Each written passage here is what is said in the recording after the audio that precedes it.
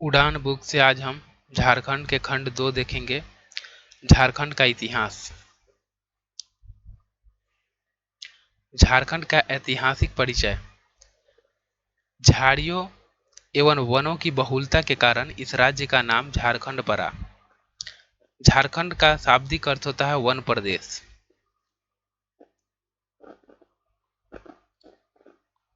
विभिन्न काल में झारखंड प्रदेश को विभिन्न नामों से जाना जाता था, जैसे इतरेय ब्राह्मण में पुंड्र या पुंड, अथर्ववेद में व्रात्य प्रदेश, समुद्रगुप्त का प्रयाग प्रशस्ति में मुरुंड, भागवत पुराण में कीकट प्रदेश, महाभारत में पुंडरिक या पशु भूमि या कर्क खंड या अर्क खंड, ऋग्वेद में कीकट प्रदेश, वायु पुराण में मुरुंड मुरंड और विष्णु पुराण में मुंड और पूर्व मध्यकालीन सांस्कृतिक साहित्य में कलिंद देश। 13वीं सदी के ताम्रपत्र या तारीख फिरोज शाही, तारीख बंगला या सियार उल मुतखरीन में झारखंड नाम से संबोधित किया जाता था। आईने अकबरी में कोकरा या खंकरा, टोलमी द्वारा मुंडल, वेनसांग द्वारा किलो नासू, कालाना, कर्ण सुवर्ण और तुजु के जहांगीरी में खोखरा नाम से झारखंड को संबोधित किया जाता था। वही कबीर के दोहा या पद्मावत जयसिंह द्वारा रचित है, या अकबरनामा या नरसिंह देव द्वितीय के ताम्रपत्र में भी झारखंड को झारखंड नाम से ही संबोधित किया गया है। कौटिल्य का अर्थशास्त्र में कुकुट या कुकुट देश, फाहियान द्वारा कुकट लॉर्ड और मुगल काल में खूखरा या कुकरा या कोकरा, ईस्ट इंडिया कंपनी के शासन में छोटा नागपुर कहकर झारखंड को संबोधित किया गया था। झारखंड प्रदेश का सर्वप्रथम साहित्यिक उल्लेख ऐतरेय ब्राह्मण में मिलता है। झारखंड शब्द का प्रथम पुरातात्विक प्रमाण जो हुए 13वीं सदी के ताम्रपत्र में मिलता है। प्राचीन काल में गुप्त शासकों एवं गौर शासक शासक ने झारखंड वाले क्षेत्र पर सर्वाधिक समय तक शासन किया है। मध्यकाल में झारखंड क्षेत्र पर क्षेत्रीय राजवंश जो थे उन्हीं का शासन था। वेनसांग ने राजमहल क्षेत्र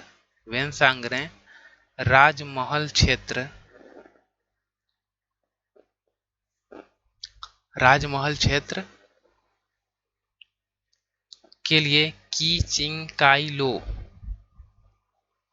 यानी सीयू की पुस्तक में चर्चा की है, तथा इसके पहाड़ी क्षेत्र के लिए दामी ने कोह यानी पहाड़ी क्षेत्र का प्रयोग किया है। कैप्टन टैनर के सर्वेक्षण के आधार पर 1832 ईस्वी में दामिन ए कोह की स्थापना हुई। इसके सीमांकन का कार्य 1824 में प्रारंभ हुआ। प्राचीन काल में संथाल परगना क्षेत्र जो है, प्राचीन काल में इसको नड़ी खंड तथा बाद में कंकजोल या जंगल तरी के नाम से संबोधित किया गया। मध्यकाल में रांची को ककरह के नाम से संबोधित किया गया, जिसे बाद में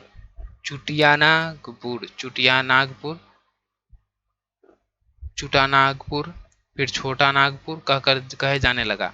1834 ईस्वी में दक्षिण पश्चिम फ्रंटियर एजेंसी की स्थापना के बाद इस एजेंसी का मुख्यालय विल्किंसगंज किशुनपुर के नाम से जाना जाता था, जिसे बाद में रांची के नाम से जाना गया।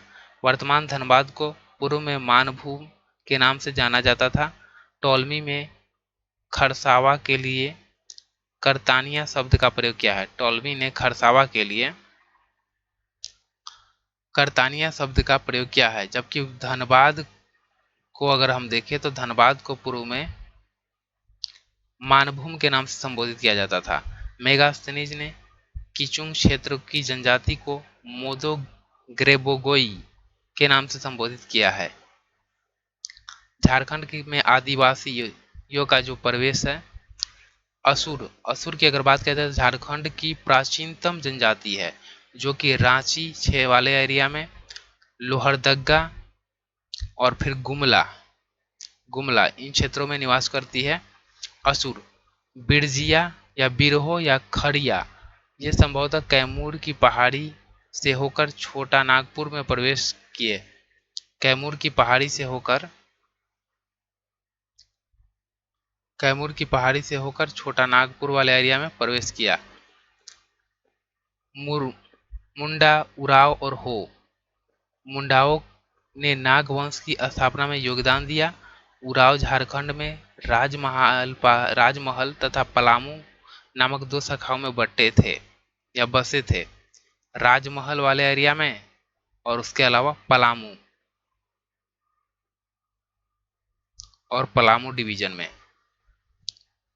इन क्षेत्रों में उराव बसे हुए थे। कोरवा, फिर देखो चेरो, खरवार और संथाल।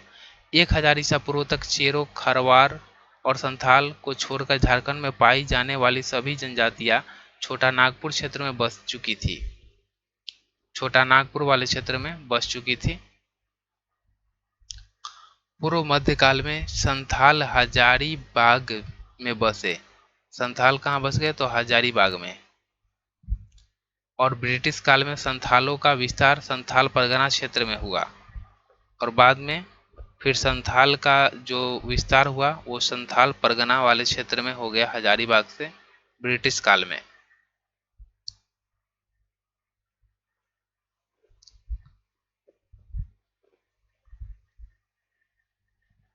देखिए प्राचीनतम अगर काल से हम देखें तो प्राचीनतम काल में क्या था? असुर, बिरजिया, बिरहो, खड़िया प्राचीनतम थे।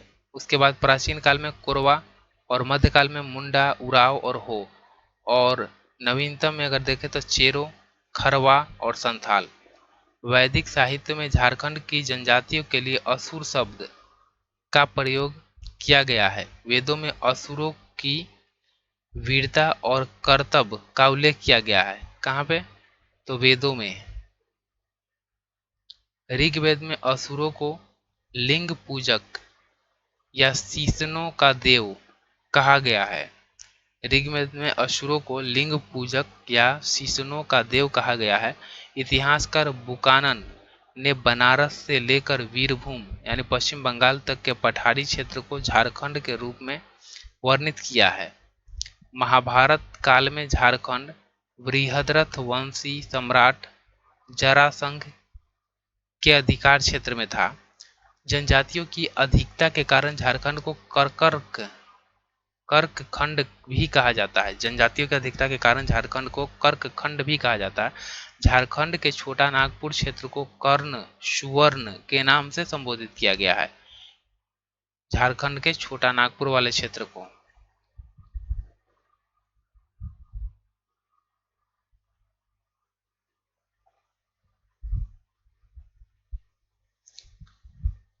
कर्क खंड भी, छोटा नागपुर वाले क्षेत्र को क्या कहा गया है? तो कर्ण सुवर्ण।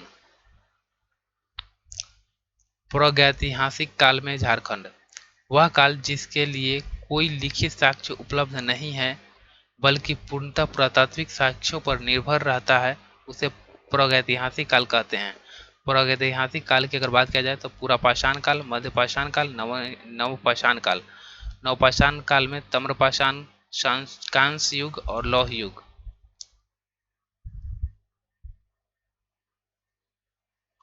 पुरापाषाण काल, इसका कालक्रम जो है वो 25 लाख ईसा पूर्व से लेकर 10,000 ईसा पूर्व तक माना जाता है। पूरा पाषाण काल। इस काल के लोग आखेटक एवं खाद्य संग्राहक थे। इस काल के जो लोग थे वे आखेटक और खाद्य संग्राहक थे। इस काल में कृषि का ज्ञान नहीं था तथा पशुपालन का भी प्रारंभ नहीं हुआ था। पूरा पाषाण काल में, इस काल में आग की जानकारी हो चुकी थी परंतु उसके उपयोग की ज्ञान नहीं था। झारखंड में इस काल में अवशेष हजारीबाग, बोकारो, रांची और देवघर, पश्चिमी सिंहभूमि, पूर्वी सिंहभूमि आदि क्षेत्र से प्राप्त होते हैं। पूरा पाषाण काल के प्रमाण, हजारीबाग से पाषाण काल मानव द्वारा निर्मित पत्थर के औजार भी मिले हैं।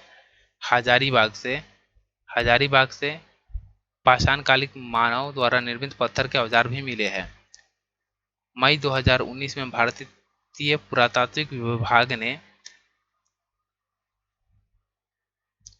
रांची, रामगढ़, सिमडेगा और पश्चिमी सिंहभूम में खोजे हैं पूरा पाषाण काल के अवशेष। रांची में, फिर रामगढ़ में, फिर सिमडेगा में और फिर सिंहभूमि में। सिंहभूम एरिया, सिमडेगा, रांची, पश्चिमी सिंहभूमि,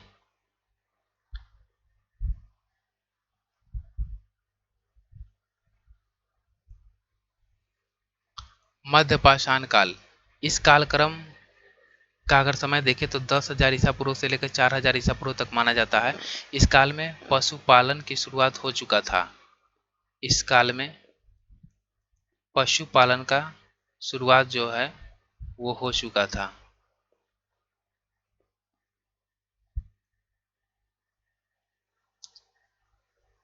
झारखंड में इस काल के अवशेष दुमका, पलामू, धनबाद, रांची, पश्चिमी सिंहभूमि, पूर्वी सिंहभूमि आदि क्षेत्र से प्राप्त होते हैं। पश्चिमी सिंहभूमि, पूर्वी सिंहभूमि, पलामू, दुमका, धनबाद, रांची आदि क्षेत्र से प्राप्त होते हैं। नवपाषाण काल। इसका कालक्रम 10,000 ईसा पूर्व से लेकर 1,000 ईसा पूर्व तक माना जाता है। इस काल में कृषि की शुरुआत हो चुकी थी। कृषि की शुरुआत हो चुकी थी नवपाषाण काल में। इस काल में आग के उपयोग तथा कुंभकारी का कार्य भी प्रारंभ हो चुका था। इस झारखंड में इस काल के अवशेष रांची,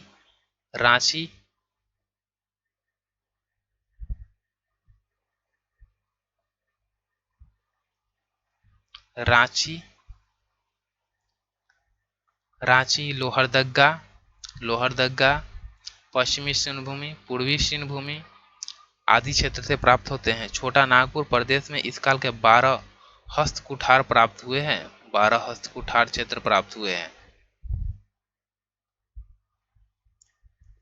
ताम्रपाषाण काल। इसका कालक्रम जो है वो 4,000 से 1,000 ईसा पूर्व तक माना जाता है। यह काल हड़प्पा पूर्व काल या हड़प्पा काल या हड़प्पा पश्चात के काल तीनों से संबोधित किया जाता है। पत्थर के साथ साथ तांबे का प्रयोग प्रारंभ होने के कारण इस काल को ताम्रपाषाण काल कहा जाता है।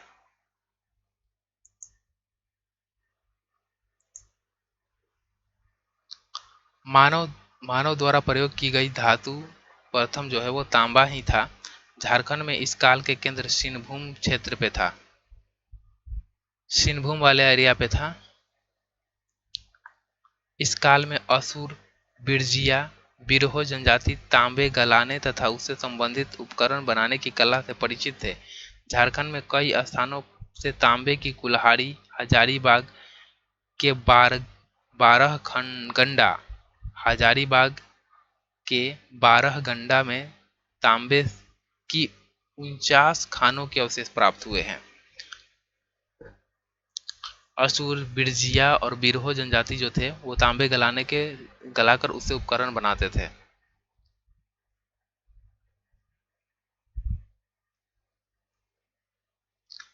ताम्र या तांब युग। इस युग में तांबे से निर्मित उपकरण का प्रयोग प्रारंभ हुआ। इस युग में असुर, बिरजिया, बिरहो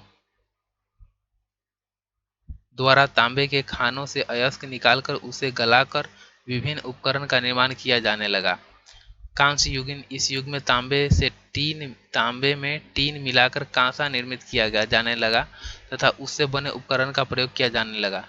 छोटा नागपुर वाले क्षेत्र में असुर, झारखंड की प्राचीनतम जनजाति है असुर, तथा बिरजिया जनजाति को कांस्य युगीन औजार का प्रारंभकर्ता माना जाता है। किसको? असुर और बिरजिया को। लौह युग। इस युग में लोहे से बने उपकरण का प्रयोग किया जाता था। झारखंड के असुर, बिरजिया जनजाति को ही लौह से निर्मित औजार का प्रारंभकर्ता माना जाता है। असुर तथा बिरजिया जनजातियों ने उत्कृष्ट लौह तकनीकी का विकास किया। इस युग में झारखंड का संपर्क सुदूर विदेश राज्यों से भी था। झारखंड में निर्मित लोहे को इस युग में मेसोपोटामिया तक भेजा जाता था।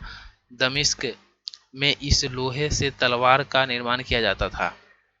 हम ये देख रहे हैं कि लौह युग हो या ताम्र युग हो या कांस्य युग हो, इन सबों में सबसे जो जनजाति जिनके द्वारा ये युग सबसे पहले उपयोग किया गया था, उनमें असुर और बिरजिया का ही योगदान था। यानी इन्होंने ही सबसे पहले इन चीज़ों का प्रयोग किया। विभिन्न स्थानों से प्राप्त पुरातात्विक अवशेष जैसे इसको ये हजारीबाग जिला में पड़ता है। इसको पूर्व बड़े पत्थरों पर आदि मानव द्वारा निर्मित चित्र, खुला सूर्य मंदिर और शैल चित्र दीर्घ। इसको के शैल चित्र दीर्घ में नक्षत्र मंडल, अंतरिक्ष यान एवं अंतरिक्ष मानव के चित्र अंकित है। इसको गांव में बर्फ आयु यानी आइस एज की गहरी भूमिगत गुफा स्थित है। सीतागढ़ा पहाड़ जो कि हजारीबाग में है।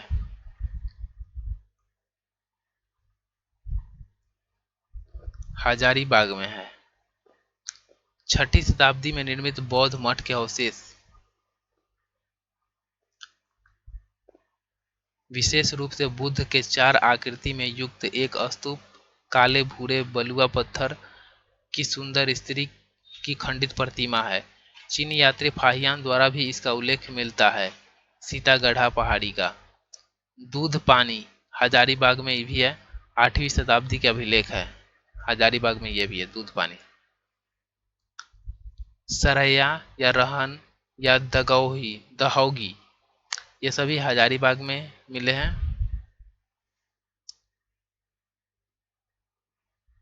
ये सभी जो स्थान है हजारीबाग जिला के अंतर्गत आता है।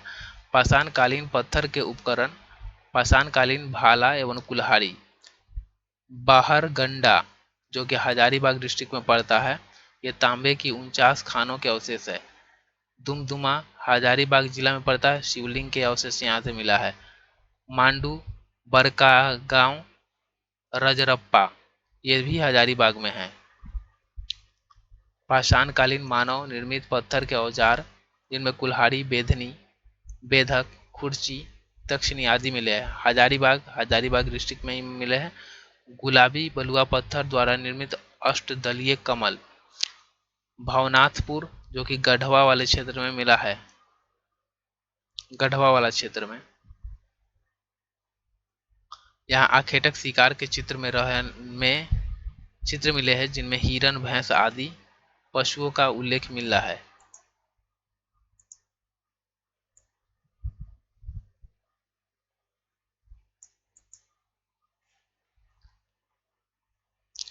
प्रागैतिहासिक काल की गुफाओं एवं शैलचित्र भी मिले हैं। पांडु पलामू जिला में पड़ता है। पांडु 4 पाए वाले पत्थर की चौकी, इसे पटना संग्रहालय में सुरक्षित रखा गया है। मिट्टी की दीवार,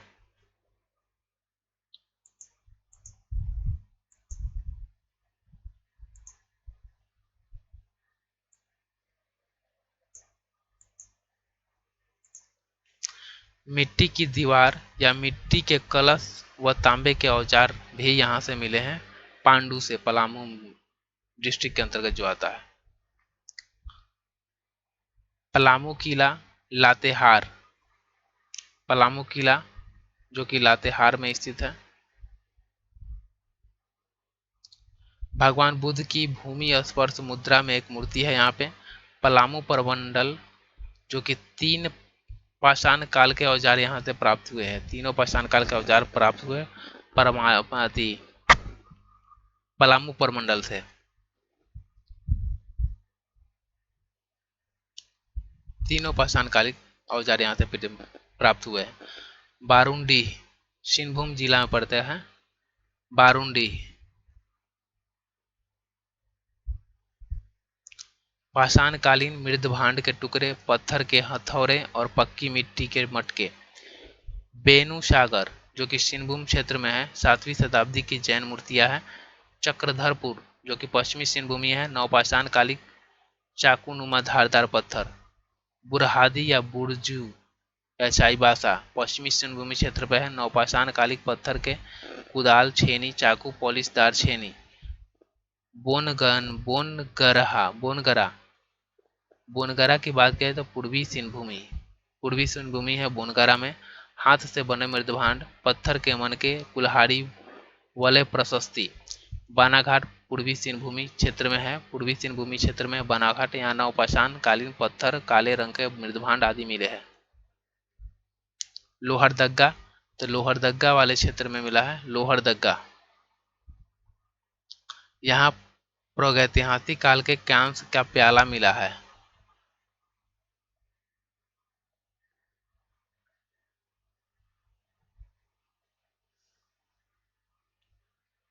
लोहरदग्गा से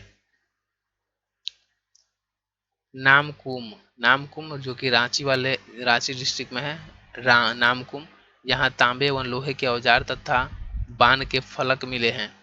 मुरद जो कि खूंटी वाले क्षेत्र में है। खूंटी में है मुरद, तांबे की सिकरी यानी चैन और कांसे की अंगूठी।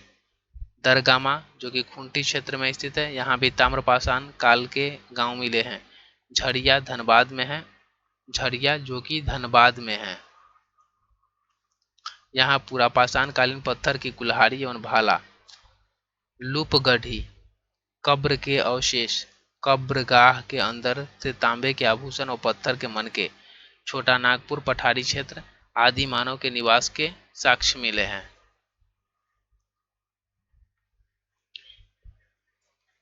अन्य नवीनतम अवशेष नौडीहा जो कि पलामू डिस्ट्रिक्ट में पड़ेगा। नौडीहा कौन सा डिस्ट्रिक्ट है? तो पलामू। यहाँ जिले के पांकी प्रखंड में स्थित नौडीहा गांव में से मिट्टी के सुराही में 102 चांदी के सिक्के मिले, जिसे पुरातत्वविदों ने अध्ययन कर बताया कि यह औरंगजेब काल के सिक्के हैं। गुमला गुमला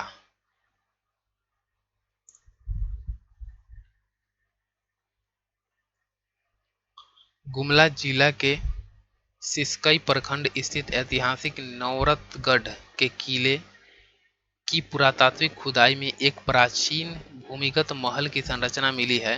भारतीय पुरातात्विक सर्वेक्षण विभाग ने अनुसार यह लगभग 600 वर्ष पुरानी संरचना है। इसके अतिरिक्त खुदाई में कई प्राचीनतम अवशेष भी मिले हैं। अब ये किन किन क्षेत्रों से क्या मिले हैं उनके ये मैप है, चलिए अब देखते हैं।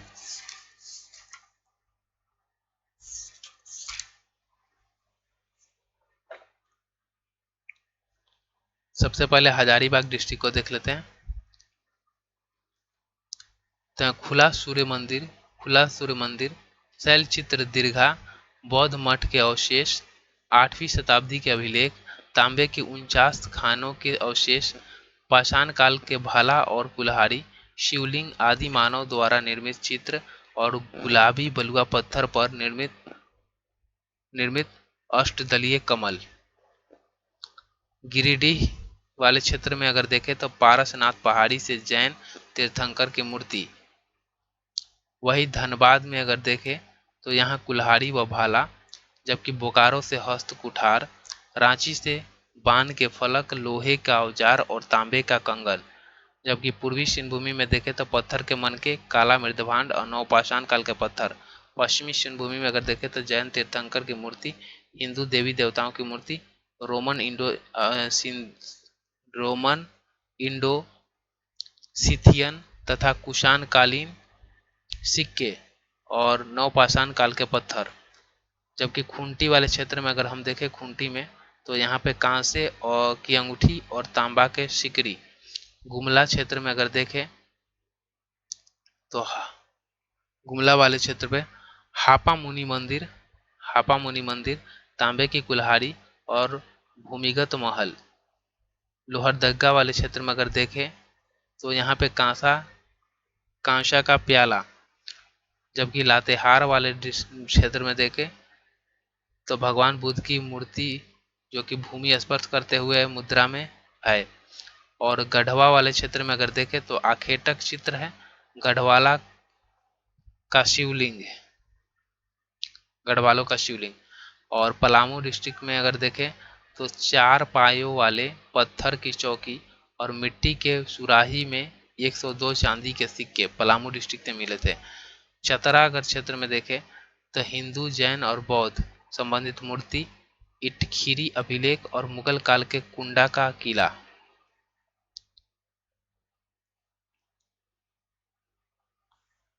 झारखंड में धार्मिक आंदोलन। बौद्ध और जैन धर्म झारखंड राज्य पर गहरा प्रभाव परिलक्षित होता है। धार्मिक आंदोलन, जैन धर्म और बौद्ध धर्म। जैन धर्म की अगर बात किया जाए तो जैन ग्रंथों में भगवान महावीर के लोड़े ए यदगा की यात्रा का संदर्भ है, जिसका मुंडारी में अर्थ है आंसुओं की नदी। पारसनाथ पहाड़ी जो कि 1365 मीटर ऊंचा है या 4478 फीट इसका हाइट है। यह गिरिडीह जिला में अवस्थित है।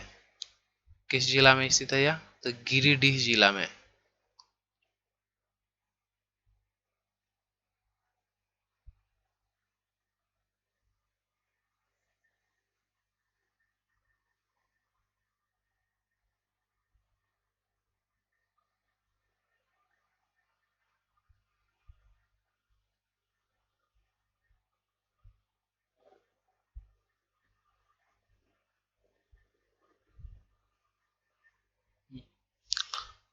यह गिरिडीह जिला में स्थित है। कौन सा? पारसनाथ पहाड़ी। यहाँ जैनियों के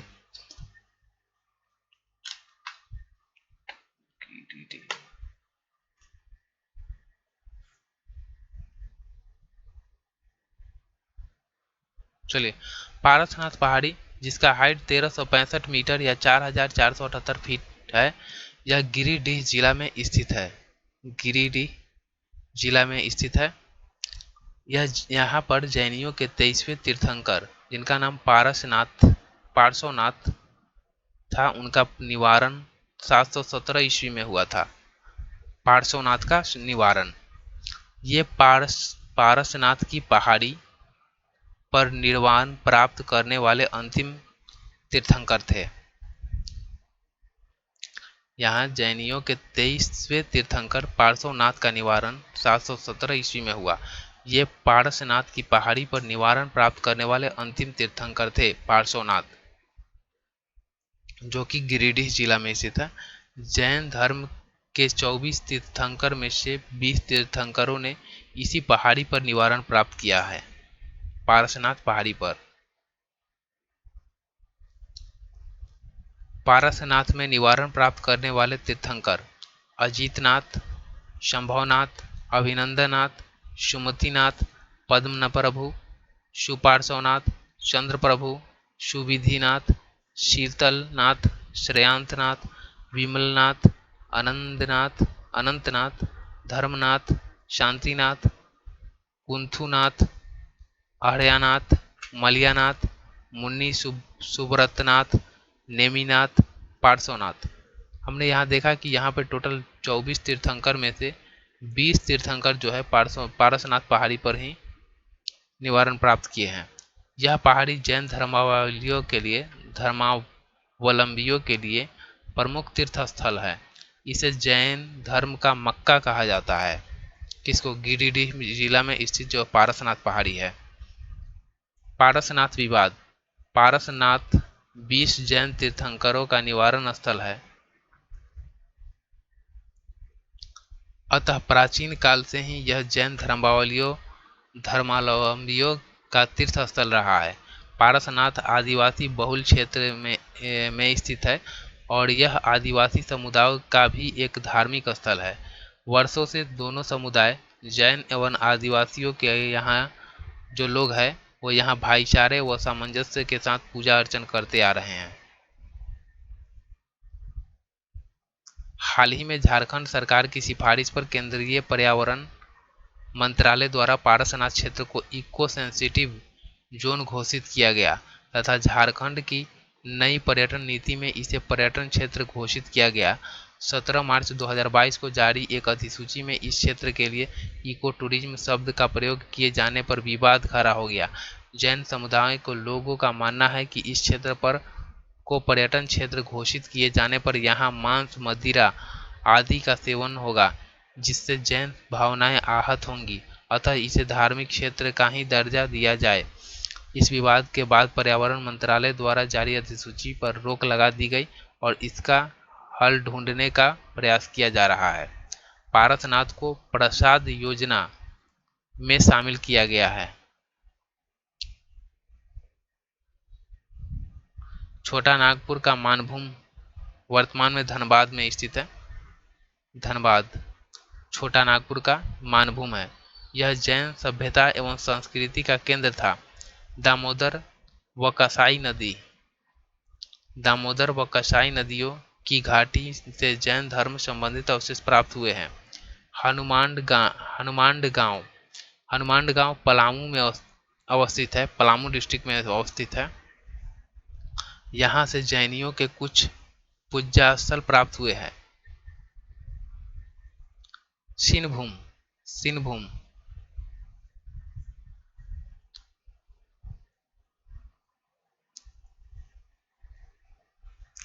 सिनभूम के बेनुसागर से 7वीं शताब्दी की जैन मूर्ति प्राप्त हुई है।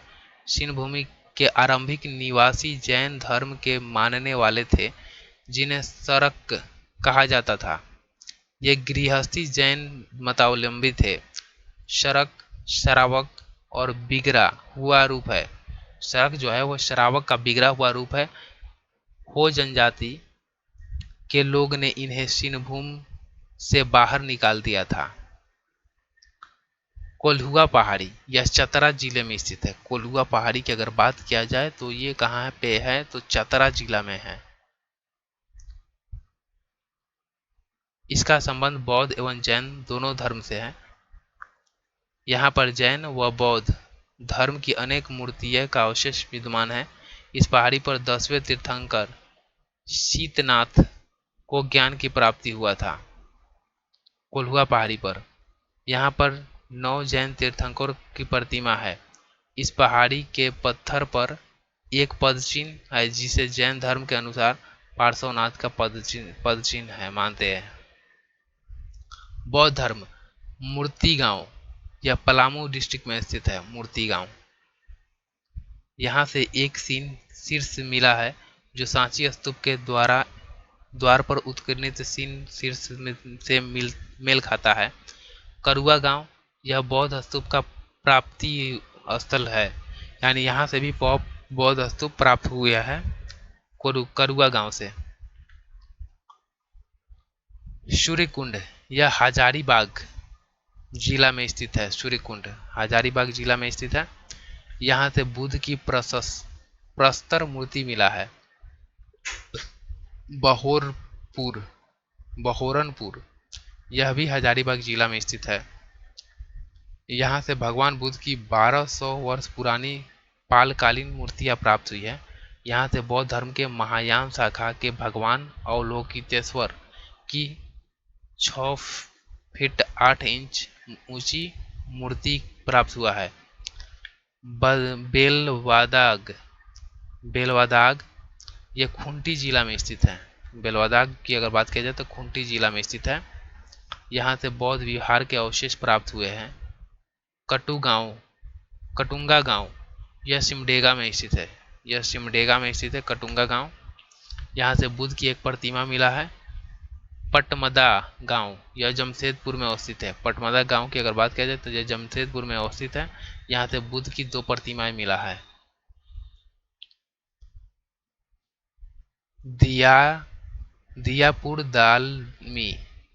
दियापुर दालमी, यह धनबाद डिस्ट्रिक्ट में स्थित है। कहाँ पे? धनबाद डिस्ट्रिक्ट में।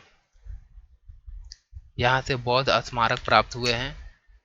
बुद्धपुर में बुद्धेश्वर मंदिर निर्मित है। यह बौद्ध स्थल दामोदर नदी के किनारे अवस्थित है। घोलमारा, जो कि धनबाद में स्थित है। घोलमारा धनबाद में अवस्थित है। यहाँ से प्रस्तर की एक खंडित मूर्ति बुद्ध की मिली है। ईचागढ़, जो कि सरायकेला खरसावा जिला में स्थित है। सरायकेला खरसावा जिला में स्थित है ईचागढ़। यहाँ से तारा की मूर्ति मिली है जो बौद्ध देवी है। इस मूर्ति को रांची संग्रहालय में रखा गया है। सीतागढ़ पहाड़ी, यह हजारीबाग जिला में स्थित है। सीतागढ़ पहाड़ी हजारीबाग जिला में स्थित है। यहाँ से प्राप्त बौद्ध विहार का उल्लेख फाहियान द्वारा किया गया है। यहाँ से भगवान बुद्ध की 4 आकृति वाला एक स्तूप मिला है। अन्य तथ्य, बंगाल में पाल शासकों के शासन के दौरान झारखंड में बौद्ध धर्म की वज्रयान शाखा का विकास हुआ। झारखंड में कुमार गुप्त के प्रवेश के उपरांत बौद्ध धर्म का ह्रास प्रारंभ हो गया। यानी अगर हम देखें तो बंगाल के जब पाल वंश के जो शासक जो थे उन्होंने जब शासन किया तो उस दौरान झारखंड में बौद्ध धर्म के वज्रयान शाखा का विकास हुआ। और वही हम देखें तो झारखंड में कुमार गुप्त के प्रवेश के उपरांत बौद्ध धर्म का ह्रास यहाँ पे हुआ।